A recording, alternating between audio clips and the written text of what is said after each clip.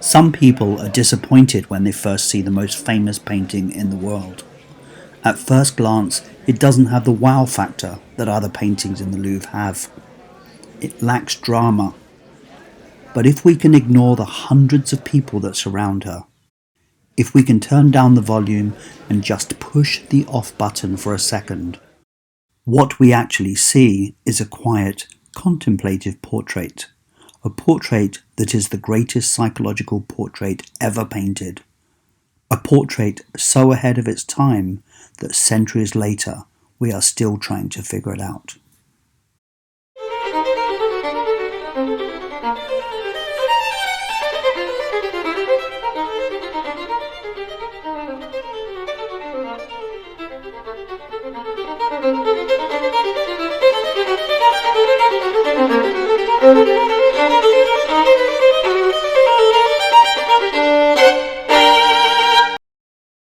In 1517, the French king, King Francis I, offered Leonardo a job, court painter and engineer and architect to the king.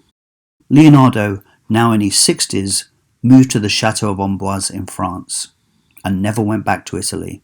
He brought with him dozens of sketchbooks like these, but just one painting, the Mona Lisa.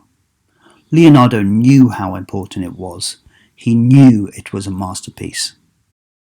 Mona Lisa is the end product of the greatest inquisitive mind in history, a self-made man with a voracious appetite for knowledge, a man who dedicated himself to the study of anatomy, geology, and philosophy.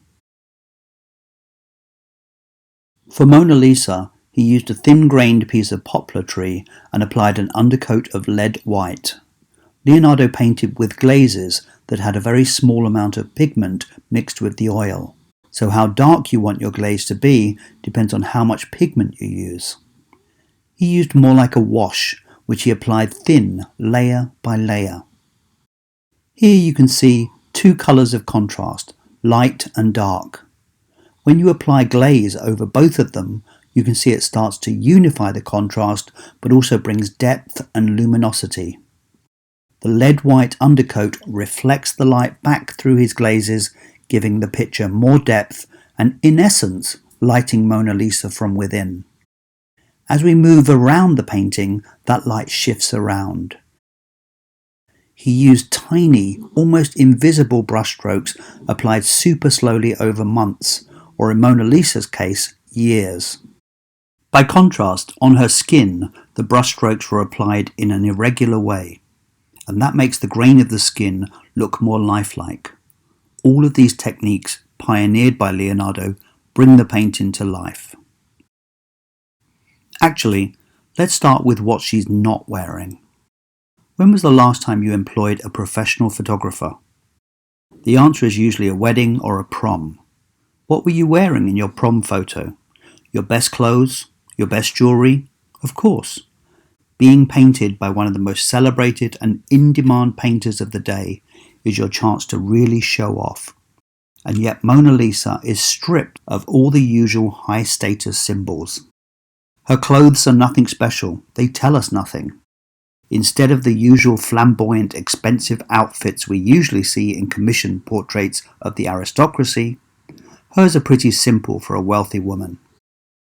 Along with the complete lack of jewellery and the simple hair, they serve one purpose and one purpose only.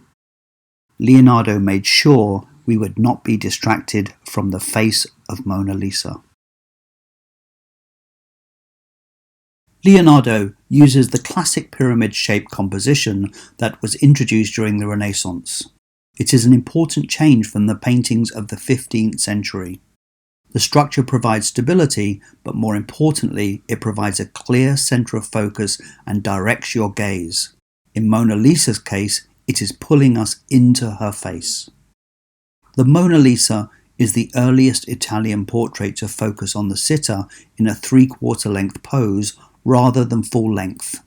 But why? Because he completely fills the frame with his subject, making the painting more intimate and cutting down on distractions. This 3/4 length pose becomes the norm for 400 years after Leonardo pioneers it. Today we look at Mona Lisa's pose and it seems fairly normal, but for its day it was groundbreaking. Previously, subjects were stiff and upright, aristocratic, but Mona Lisa is relaxed. Her hands are resting gently on the arm of her chair as she turns towards us, almost as if it's a snapshot. Mona Lisa is also rather content and self-assured, which was more how aristocratic men were portrayed, not women. We are looking directly into her eyes and she is looking directly at us. Women in paintings just didn't do that. They didn't look boldly and directly at the viewer. The entire painting deviated from the traditional way women were painted in Italy. Portraits were usually drawn with an open sky as the background, a monotone background, or a simple room. Mona Lisa is in front of a complicated landscape that only existed in Leonardo's imagination. Paintings of this period had both the subject and the background in sharp focus, whereas the background of the Mona Lisa seems to fade or become more blurred and out of focus the further from the subject it extends. This is aerial perspective, and Leonardo invented it. Behind Mona Lisa, the vast landscape recedes to distant icy mountains. A path and a bridge are our only indication of human presence. The curves of her hair and clothing reflect the rolling valleys and rivers behind her, connecting humanity and nature, a favourite theme of Leonardo's. The earth seems to twist like her torso. Look at the river on the right. It flows into the scarf over her left shoulder. We see that she is connected with the earth. There is another visual trick that gives an illusion of movement. The horizon of the landscape does not quite line up behind the figure.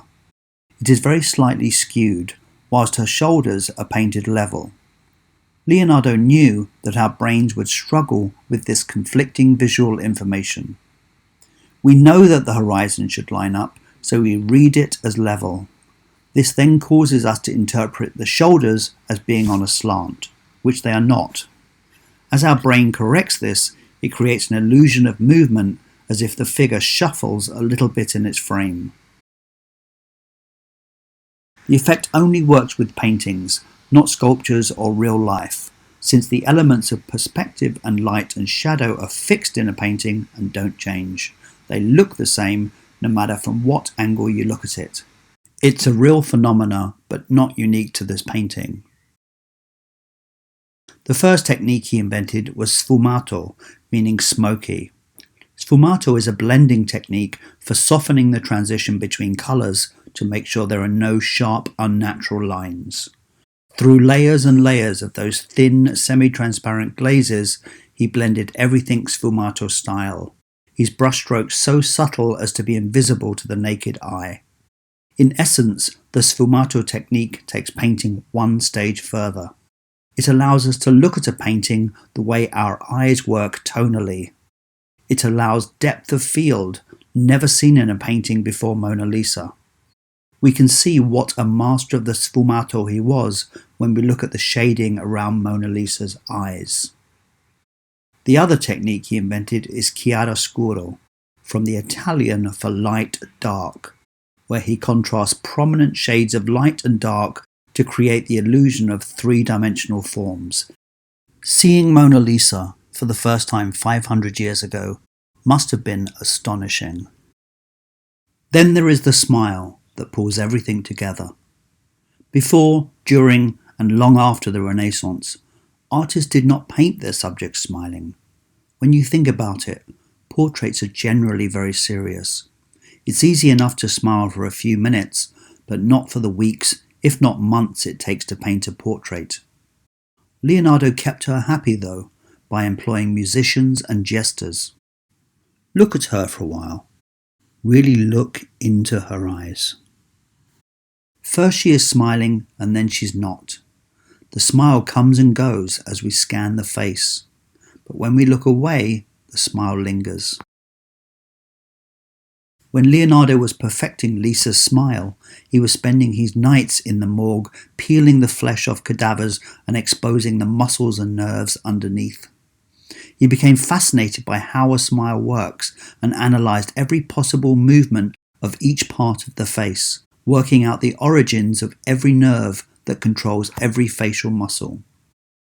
We can see this research in his anatomical drawings. Here we see puckered lips, pouting lips, the muscles that move the mouth. Then almost forgotten at the top of this page is a simple drawing of a gentle smile, sketched lightly in black chalk. Even though the fine lines at the end of the mouth turn down slightly, the feeling is that the lips are smiling. This simple anatomical drawing is the beginning of Mona Lisa's smile. Astonishingly, Leonardo already knew from his optic studies that light rays do not come to a single point in the eye, but instead hit the whole area of the retina. And this is the key to her enigmatic smile. In the year 2000, Dr. Margaret Livingstone, a Harvard neuroscientist, discovered that Mona Lisa's smile comes and goes because of how the human visual system is designed, not because the expression is ambiguous. She explained that the human eye has two distinct regions for seeing the world. A central area called the fovea is where people see colours, read fine print and pick out details. And the peripheral area surrounding the fovea is where people see black and white, motion and shadows. When we look at a face, we spend most of the time focused on the other person's eyes. So when a person's centre of gaze is on Mona Lisa's eyes, the less accurate peripheral vision is on her mouth. And because peripheral vision is not interested in specific details, it also picks up shadows from Mona Lisa's cheekbones. This is where both his SFUMATO and CHIAROSCURO techniques come into their own.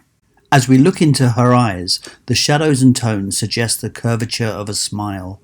But when your eyes go directly to Mona Lisa's mouth, your central vision doesn't see the shadows, and she isn't smiling, smirking at best. We can prove this theory quite simply by staring directly into her eyes and think about how much she is smiling. Then scan back and forth between her eyes and her lips, and her expression changes. That is not your imagination. It is all to do with how we see, not how we think. The genius of Leonardo is that he understood this 500 years ago. The Mona Lisa became the most famous painting in the world, not just because of hype or chance, but because for 500 years, viewers have been able to feel an emotional engagement with her. Before the Mona Lisa, portraits lacked mystery. Artists only represented outward appearances. Mona Lisa, however, is alive, a living, breathing woman with a soul. When you stand in front of the Mona Lisa, you are looking at more than just a portrait of an individual.